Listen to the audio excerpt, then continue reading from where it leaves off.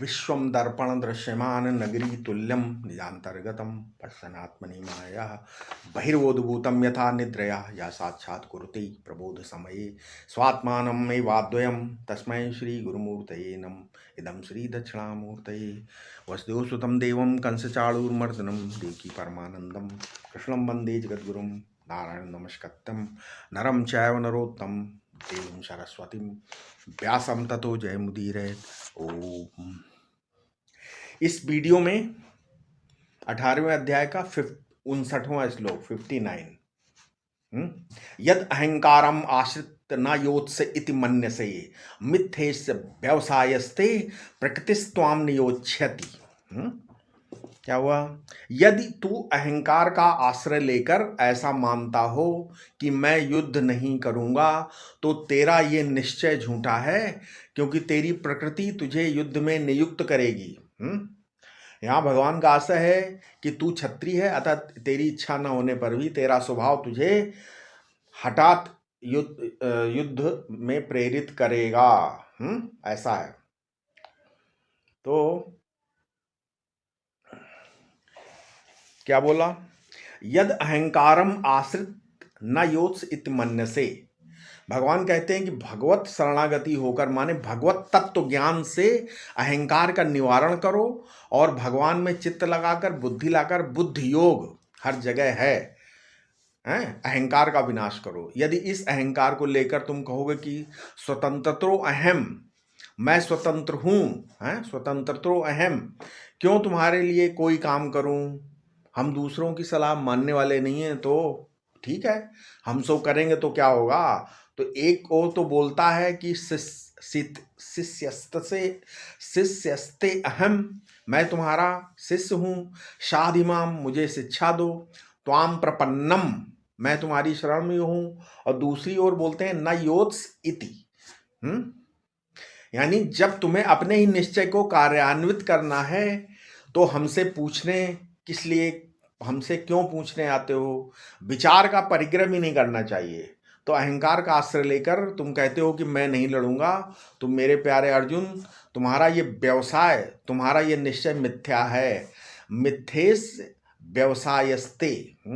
यहाँ मिथ्या शब्द क्या है? मिथ्या शब्द पर ध्यान दो। भगवान का आशय है कि तुम्हारा निश्चय तो है परंतु प्रयोजन शून्य होने के कारण मिथ्या है। कुछ प्रतिषेध से मिथ्या होता है, कुछ अधिकार निवृत्ति से मिथ्या होता है और कुछ प्रयोजन पूर्ति से भी मिथ्या होता है। ये जो तुम्हारा व्यवसाय है निरर्थक है, बिल्कुल अर्थ शून्य होने से मिथ्या है। क्यों? बोले कि मैं जानता हूं क्षत्रिय की प्रवृत्ति तुम्हारे भीतर है। इसीलिए आपको पहले बता चुका हूं कि अध्ययन, यजन, दान, अध्यापन, याजन और प्रतिग्रह, ये जो ब्राह्मण के 6 धर्म हैं उनमें से 3 है अंतःकरण शुद्ध अर्थ और 3 है जीविका के लिए। ये 6 ब्राह्मण के धर्म है। फिर जो 9 धर्म ब्राह्मण के बताए गए वे स्वभावज धर्म बताए गए। तपो दमा शौचम, ये विधेय नहीं है ब्राह्मण के लिए, ब्राह्मण के स्वभाव है। इसी तरह क्षत्रिय के लिए भी कहा है कि शौर्यम तेजो धृतिर्दाक्ष्यम युद्धे चाप पलायनम। ठीक है, किसी ने क्षत्रिय को ललकार दिया तो वो लड़ेगा, है ना। तो ये क्षत्रिय प्रकृति है, मैं इसे जानता हूं। अर्जुन तुम्हारे लिए विधान नहीं है, ये तुम्हारी प्रकृति का अनुवाद है। इसलिए प्रकृति स्वाम नियोच्छति, है ना। तुम्हारी जन्मार्जिता जो प्रकृति से तुम्हारा क्षत्रिय जन्म हुआ है वो तुम्हें नियुक्त कर रही है कि तुम्हें लड़ना पड़ेगा। ठीक है, इसके बाद कौन सा श्लोक है? इसके बाद 60वां श्लोक। क्या है? स्वभावजेन कौन्तेय निबद्धा स्वेन कर्मणा कर्तुनेच्छसि यन्मोहाद करिष्यस् अवशो अपि तत्। अवशो अपि तत् क्या है? हे कुंती नंदन, अपने स्वाभाविक कर्म से बना होने के कारण जो कार्य तू मोहवश नहीं करना चाहता वो तुझे विवश होकर भी करना पड़ेगा। मनुष्य अपने पूर्व जन्मों के कर्म के अनुसार है, ठीक है, जन्म लेता है, उसी के अनुरूप कर्म करता है। इस प्रकार सब अपने स्वभाव से बंधे हुए हैं, परंतु ये स्वभाव की प्रधानता अविवेकियों के लिए है। विचारवान तो स्वभाव को पलट देते हैं, है ना। स्वभाव विजय शौर्यम, है, क्योंकि ज्ञान द्वारा स्वभाव भी जीत लिया जाता है। योगी जन तो 5-6 शरीर धारण करके 5-6 जन्मों का प्रारब्ध एक ही साथ भोग लेते हैं, ठीक है, योगी लोग। तो कहने के एक साधु थे, है ना, वो जो है क्या बोलते हैं, स्वामी अखंडानंद जी बताते थे कि एक साधु थे, वे उनके गांव के पास गंगा जी के पास ही रहते थे, हैं। जब उनको पता चला, स्वामी अखंडानंद जी को पता चला कि महात्मा जी पैदल चलते हैं और हाथ पर लेकर खाते हैं, कोई पात्र कमंडलू आदि नहीं रखते हैं, बड़े भारी विरक्त हैं, तो उनके प्रति उनकी बड़ी श्रद्धा हो गई। एक दिन वे उनके दर्शन करने चले, रास्ते में हैं उनके मामा जी मिल गए हैं। उनके मामा मोटे थे, उम्र में बड़े थे, 70 साल के लगभग होंगे, खूब मोटे तगड़े। बोले कि कहाँ जाते हो? तो स्वामी अखंडानंद जी बोला, छोटे थे तब ये, बोले महाराज महात्मा जी आए, उनका दर्शन करने जा रहे हैं। मामा जी बोले कि कैसा महात्मा है? कि पैदल चलता है। वो बोले कि देखना, ये एक दिन मोटर पर चलेगा, हवाई जहाज पर चलेगा, सोने के बर्तन में खाएगा। तुम सुन लो मैं ये भविष्यवाणी, जाओ तुम लोग दर्शन कराओ बेटा, अभी तुमको दुनिया का पता नहीं है, हम जानते हैं संसार की रज से हम वाकिफ है। मतलब कर्तुम नेच्छसि यन मोहात। इसी तरह गुरु शिष्य की प्रकृति को जानता है, उसके जन्म जन्मांतर को जानता है, उसकी साधना को जानता है, उसका आगे क्या होगा उसे ये भी पता होता है, ठीक है, गुरु को सब पता रहता है। मनुष्य का जो वर्तमान मन है वो बता देता है कि कहाँ कहाँ से होकर आया है। यदि धरती में कीचड़ में लौटने की किसी की बहुत आदत हो, उसे बड़ा मजा आना आएगा, तो समझ नहीं होगा पूर्व जन्म में घोड़ा या गधा था, वो नहीं था, भैंस था। कीचड़ में लौटने की आदत जो पहले पड़ी थी वो अभी भी छूटी नहीं है। ये मैं अपनी तरफ से नहीं बोल रहा हूँ, श्रीमद् भागवत के 4वें स्कंद में दिया है। मन एव मनुष्यस्य पूर्व रूपाणि संसति भविष्यतश्च भद्रम ते तथैव न भविष्यता। मनुष्य का मन देखकर उसके भूतकाल का पता चल जाता है, आगे क्या होगा ये भी पता चल जाता है, वो क्या देखना पसंद करता है और क्या करना पसंद करता है, इससे इसके आधार पर उसका भविष्य भी जाना जा सकता है। यदि वो जीवन मुक्ति का विलक्षण सुख पाने वाला होगा तो उसका मन निर्वासन होगा, और मन की निर्वासनता को देखकर ही पता चल जाता है कि वो जीवन का विलक्षण सुख का अनुभव करेगा। ये जो गुरुओं के गुरु भगवान श्री कृष्ण हैं, कृष्णम वंदे जगत गुरुम, सब गुरुओं के हृदय में परम गुरु बैठे हैं। बोले कौन्तेय स्वभाव जेन स्वयं कर्मणा निबद्धा। अर्जुन, तुम्हारी पूर्व प्रकृति के आगे जो कर्म आने वाले हैं उनसे तुम बंधे हुए हो। कर तुम नेच्छसि जन्मोहात। अभी जो तुम कहते हो कि हम इनको नहीं मारेंगे, ये नहीं करेंगे, बाण नहीं पर मारेंगे, ये मोह है बेटा तुम्हारा। अगर आकर सामने से कर्ण ललकार दे, दुर्योधन अभी आके कुछ बोलने लगे, तो अभी तुम्हारे भीतर जो छिपा छत्रित्व है वो बाहर निकल पड़ेगा। उसको मैं देख रहा हूँ, लेकिन तुम्हें नहीं दिखता है। तुम्हें मजबूर होकर युद्ध करना ही पड़ेगा, हम जानते हैं। भगवान बोले कि जब तक उधर के प्रतिपक्ष के लोग चुप हैं तब तक आप भी चुप हो।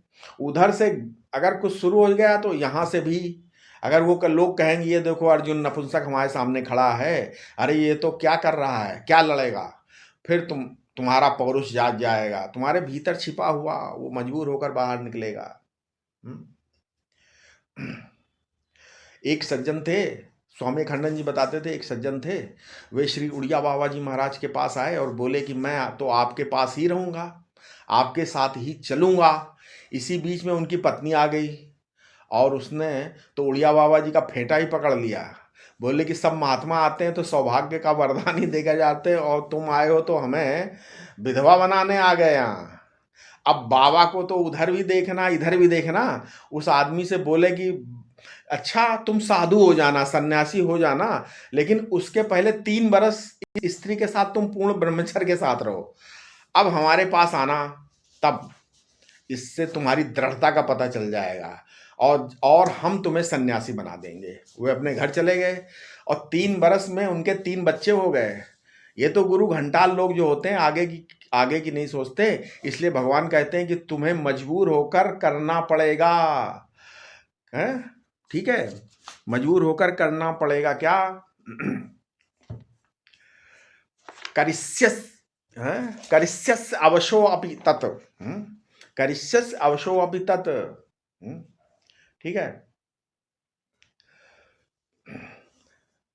एक महात्मा जाते आते थे, हैं, स्वामी विवेकानंद जी बताते थे, एक महात्मा आते थे बहुत पहले, तो खाली लंगोटी लगाते थे, कौपीनाच्छादन नहीं करते थे वो। एक दिन श्री उड़िया बाबा जी महाराज ने उनसे कहा कि बेटा देखो, केवल कौपीन नहीं, कौपीनाच्छादन भी शास्त्र विहित है, इसके लिए इसलिए इसको ढक लो। तो वे नहीं माने। बाबा ने अपने हाथ से उठाकर उन्हें कौपीनाच्छादन दिया, तो फेंक दिया उस महात्मा ने। बाद में वे 1000 रुपए का कंबल ओढ़ने लगे और ईश्वर कृपा से कार में चलने लगे। तब बाबा कभी कभी मुस्कुराते थे उनको देखकर। ठीक है। तो इसलिए बोलते हैं करिष्यस्य अवशो अपि तत्, सबकी प्रकृति सबके भीतर बैठी है। इसके बाद कौन सा श्लोक है? 61वां श्लोक। क्या है? 61। ईश्वरः सर्वभूतानां हृदय देशे अर्जुन तिष्ठति, भ्रामयन् सर्वभूतानि यंत्रारूढ़ानि मायया। यंत्रारूढ़ानि मायया। हे अर्जुन, अंतर्यामी ईश्वर यंत्र रूप शरीर पर आरूढ़ समस्त प्राणियों को अपनी माया से भ्रमाता हुआ सभी जीवों के हृदय देश में रहता है। ठीक है, ये है, सभी देशों के हृदय देश में रहता है। कैसे रहता है? ठीक है।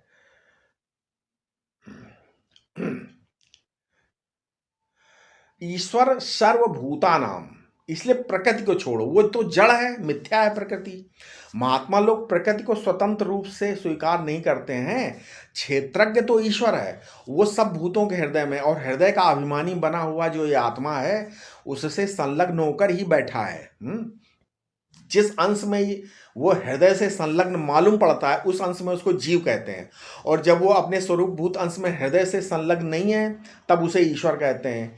चीज तो एक ही है, घड़े के भीतर जो मालूम पड़े तो घटाकाश, और घट की उपाधि को मत देखो तो उसी का नाम महाकाश। इसलिए ईश्वर और जीव ये दोनों तत्व रूप से दो नहीं होते हैं। असल में तत्व शब्द ही तत् और तुम दोनों का मेल है। तत् प्लस तुम इक्वल टू क्या हुआ? तत्त्वम। तो यत्र तत्त्वम च एकी भवति, तत् तत्त्वम इति उच्यते। मतलब तत्व तो कहते ही हैं उसको, ठीक है, और तत् और त्वम दोनों एक हैं। वह त्वम शब्द एक अव्यय भी, अव्यय, और तत् भी अव्यय है और त्वम भी अव्यय है। समझ में आया? इसलिए बोले हृदय देशे अर्जुन तिष्ठति। हे अर्जुन, सबके हृदय में, हृदय अर्जुन है ना, हृदय में ईश्वर ही है। ये मत समझना कि सबके हृदय में बस काम ही काम है, सबके हृदय में अंधकार है, कीचड़ भरा नहीं। अर्जुन, सबके हृदय में वो प्रकाश है जिसमें हृदय दिखाई पड़ता है। और अर्जुन, तुम भी प्रकाश स्वरूप हो, तुम्हारे हृदय में तुम संलग्न होकर ही ईश्वर रहता है। जब अहम से संलग्न ईश्वर ना हो तो इदम से संलग्न तो कभी हो ही नहीं सकता। ये बात मैं भक्तराजों से, भक्तों से को ध्यान में रखनी चाहिए कि यदि शरीर की उपाधि से और हृदय की उपाधि से तुम्हारे हृदय में ईश्वर नहीं है तो वो शालग्राम में भी कभी नहीं हो सकता। जब हृदय में है तभी शालग्राम में, बल्कि पहले हृदय में पीछे शालग्राम में। क्योंकि शालग्राम का तो पता ही तब चलेगा जब हृदय में बैठकर ईश्वर बताएगा ना। पहले ईश्वर का उदय असमर्थ के रूप में होता है, पीछे इदमर्थ। पहले उदय कहाँ? अहमर्थ के रूप में होता है, पीछे इदमर्थ के रूप में होता है। एक ही ईश्वर अहमर्थ के रूप में पहले और इदमर्थ के रूप में पश्चात उदय को प्राप्त होता है। ईश्वर एक ही है। ठीक है, एक ही ईश्वर है। फिर बोलते हैं भ्रामयन सर्वभूतानि यंत्रारूढ़ानि माया। भ्रामयन सर्वभूतानि, जैसे कठपुतली बना दे, उसको घुमाए। ईश्वर सारे भूतों को बनाता और घुमाता है। ऐसे ही सर्वभूत तद तद वासना रूप होकर झूम रहे हैं। श्री रामानुजाचार्य, ठीक है, श्री रामानुजाचार्य जी ने इसकी टीका में लिखा है कि गुणानुगुणान गुणानुगुणम प्रवर्तयन तिष्ठति इत्यर्थः। बिजली पंखे में आकर जैसे फैन को घुमा रही है, बल्ब में आकर रोशनी दे रही है। अगर कोई बल्ब ग्रीन कलर का, हरे बल्ब का है तो हरा, और सफ़ेद बल्ब का तो सफ़ेद, नीला बल्ब है तो नीला। हीटर में गर्मी देता है कि नहीं देती? इलेक्ट्रिक देती कि नहीं देती, कन्वर्ट हो जाती। और रेफ्रिजरेटर में बर्फ जमा देती है। बिजली इलेक्ट्रिक एक ही है, लेकिन यंत्र की उपाधि के भेद से उसमें भेद मालूम पड़ता है। अब अगर आप देखो, आपको आपके स्वप्न में दो, मान लिए दो भेड़ें लड़ रही हैं आपस में, है ना, बिल्कुल मार काट पे उतारूं, लगता है मार ही डालेंगे, लेकिन दोनों भेड़ों के भीतर आपका ही मन काम कर रहा है कि नहीं। आप लोगों ने भेड़ों की लड़ाई देखी न हो, लेकिन हमने देखा गांव वगैरह में हम जाते थे, है ना, बहुत, ठीक है। हमारे गांव में हम एक आध महीने के लिए गांव में जाते थे, जब छुट्टी होती थी स्कूलों में, तीतरों की लड़ाई होती, तीतर, है ना, हमारे गांव के पास एक मेला लगता था, वहां तीतरों की लड़ाई होती थी। वो भी पछताया, और जिसने नहीं देखा वो भी पछताया, ठीक है, लड़ाई है। तो जिसने देखा वो भी पछताया तीतर, और जिसने नहीं देखा वो भी पछताया, मतलब तो अपने आप कर्मानुरूप गुणानुरूप यंत्र पर सब बैठे हुए हैं, और सबको एक ही विद्युत शक्ति, एक ही वित्त, एक ही संवित, एक ही ज्ञान, एक ही चेतन, एक ही ब्रह्म सबको प्रकाशित कर रहा है। एक ही ब्रह्म सबको क्या कर रहा है, प्रकाशित कर रहा है, ठीक है। भगवान सभी प्राणियों को इसी प्रकार नचाते रहते हैं, ठीक है। इसी से उसे सूत्राधार बतलाया जाता है। किसी को ऐसी शंका न हो कि आप कर्म भी भगवान ही कराते हैं, ऐसा नहीं। इसलिए अगले श्लोक में भगवान की शरण में जाने का आदेश देते हैं। इसीलिए यहाँ उपासना का प्रसंग है, ज्ञान का नहीं आता है, वहां भगवत भजन पर ही जोर दिया गया यहाँ पे, क्योंकि सबके स्वामी प्रेरक तो भगवान ही है। जिस प्रकार चरख पर चढ़े हुए लोगों को चरखा वाला घुमाता है, नहीं, वैसे शरीर यंत्र पर चढ़ाकर भगवान सबको अपनी माया से घुमाते हैं। उमा दारु योषित की नाही, सबई नचावत राम गोसाई, ठीक है। अतः भक्त की दृष्टि से, दृष्टि किसी के गुण अवगुण पर नहीं जानी चाहिए। जो 59वां श्लोक में जीव को प्रकृति के अधीन, और 60वें में स्वभाव के अधीन, और इस श्लोक में 61वें श्लोक में ईश्वर के अधीन बताया है, परंतु इन सबका साक्षी शुद्ध चेतन है। अब अगले श्लोक में भगवान उपदेश का उपसंहार करते हैं। यहां तक उन्होंने अर्जुन को कर्म, उपासना, ज्ञान, नीति, वैराग्य, अनेक प्रकार के आदेश दिए, उपदेश दिए। अब अर्जुन उन्हें समझ भी गया होगा, परंतु इतने पर भी न समझा, तो अब एकमात्र सर्वश्रेष्ठ उपाय क्या है, शरणागति है। इसलिए भगवान अब आगे कौन से श्लोक में, कौन सा श्लोक, 62 श्लोक में क्या बताते हैं, शरणागति की बात बताते हैं। क्या, तमेव शरणम गच्छ सर्वभावेन भारत, तत्प्रसादात् पराम शांतिम स्थानम प्राप्स्यसि शाश्वतम। हे भारत, तू अन्य सबका आश्रय छोड़कर सर्वभाव से उस परमात्मा की ही शरण में जा। उसकी कृपा से तू परम शांति और नित्य पद प्राप्त करेगा। परम शांति और नित्य पद प्राप्त करेगा। भगवान कहते हैं कि अर्जुन, तुम बेवकूफ तो हो नहीं। देखो, गुरु जब तक चेले को बेवकूफ ना कहे, तब तक चेले को संतोष नहीं करना चाहिए। उसको समझना चाहिए कि ये हमको अपना नहीं समझते हैं, हमारी इज्जत करते हैं, आदर करते हैं, लेकिन हमारी बेवकूफ़ी कैसे दूर करेंगे, हैं? वो श्री उड़िया बाबा जी महाराज बेवकूफ नहीं बोलते थे, वो बोलते थे बेकूफ। बेकूफ बोलते हैं, बेवकूफ नहीं, बेकूफ मतलब बावरा, ऐसा बोलते, बावरा। उनके मुख से निकले हुए बेकूफ में इतनी आत्मीयता थी। स्वामी खन्ना बताते हैं कि वो जब किसी को बेकूफ बोलते थे, तो उनके मुंह से निकले हुए बेकूफ में इतनी आत्मीयता थी। इसी पर तो ध्यान दो, गुरु हमारे अहंकार को छुड़ा देना चाहते हैं। जिस चीज को हम पकड़े हुए बैठे हैं, उस चीज को छुड़ा देना चाहते हैं। भारत, ये अर्जुन के लिए भगवान का संबोधन है। इसका अर्थ है भा माने प्रतिभा, प्रतिभा रत, ठीक है। तुम तो प्रतिभा के प्रेमी हो, इसलिए तमेव सर्वभावेन शरणम गच्छ, ठीक है। वही जो परमेश्वर है, सबके हृदय देश में रहने वाला, उसकी शरण में जाओ, हैं, ठीक है। तो सब में जाओ, ऐसा। तो हृदय से अर्जुन तिष्ठति। हृदयहीन कोई वस्तु होती है ही नहीं। कोई पूछते हैं कि जीवों की कमी क्यों नहीं पड़ जाती। अरे सृष्टि में जब तक जड़ता का एक भी कण है, तब तक उसमें चिदाभास है, ठीक है, ठीक है। हृदयहीन कोई बोलते हैं कि भाई जीवों की कमी क्यों नहीं पड़ जाती है। तो इसलिए बोलते हैं सृष्टि में जब तक जड़ता एक भी कण है, जड़ता, तब तक उसमें चिदाभास है। वही समय से सुषुप्त है, ठीक है, जागृत होकर जीवावस्था में आ सकता है हर चीज। वहां उपाधि से सुसुप्त होने से चिदाभास जागृत नहीं हो रहा है, बस वो उपाधि विकसित हो जाएगी तो वहां पहले से विद्यमान जो चेतन है वो भी जागृत हो जाएगा, वो भी जीव हो जाएगा। एक एक परमाणु जीव है, जीवो जीवस्त जीवनम। ठीक है, भगवान कहते हैं कि अर्जुन तुम उसी की शरण में जाओ, बस वही सर्वात्मा है, वही सर्वेश्वर है, वही सर्वसाक्षी और वही सर्वातीत है, उसके अतिरिक्त दूसरा कुछ है ही नहीं। तमेव शरणम गच्छ। शरण माने सर्वोपसंहार, सबका बाध हो जाने पर शेष रहता है, वही शरण है। श्रा हिंसायाम, बाधावधि निषेधावधि जो पदार्थ है वही शरण है। वहां कैसे जाए महाराज कि सर्वभावेन, क्योंकि व्यवहार में भी सब वही है। तुम्हारे मन में जितने भाव उठते हैं सब उसी के बारे में उठते हैं। तुम पदार्थ की प्रधानता से सर्वभावेन का अर्थ है कि जो कुछ भी भाव आता है सब उसी के लिए आता है। और तत्पदार्थ की दृष्टि से है कि सर्व वही है। यो सर्वित भजति माम सर्वभावेन भारत। सपने में किसी को घोड़ा दिखाई देता है, तो वहां घोड़ा है, ठीक है। अगर वहां गधा है, घोड़ा है, वहां महात्मा है, कहीं डाकू साधु, ये जहां कहीं यज्ञ हो रहा है, कहीं गोवध हो रहा है, ये सब क्या है? ये सब आपका मन बना रहा है कि नहीं बना रहा है। इसी प्रकार विश्व सृष्टि में भिन्न भिन्न रूप में जो भी दिखाई पड़ रहा है वो सर्वरूप में परमात्मा ही अभिव्यक्त हो रहा है। ये जो स्वयं प्रकाश चेतन संवित है वही परमात्मा के रूप में भास रहा है, ठीक है। तुम पदार्थ की प्रधानता से कहो तो संवित स्फुरण है, और उधर से कहो तो ये सब भगवत भाव है। असल में भागवत धर्म में और वेदांत में तत्वता कोई भेद नहीं है, ठीक है। अब इसके आगे हम अपने अगले वीडियो में आपको बताएंगे, ठीक है। कृपया इस वीडियो को साझा करें। ओम शांति शांति शांति।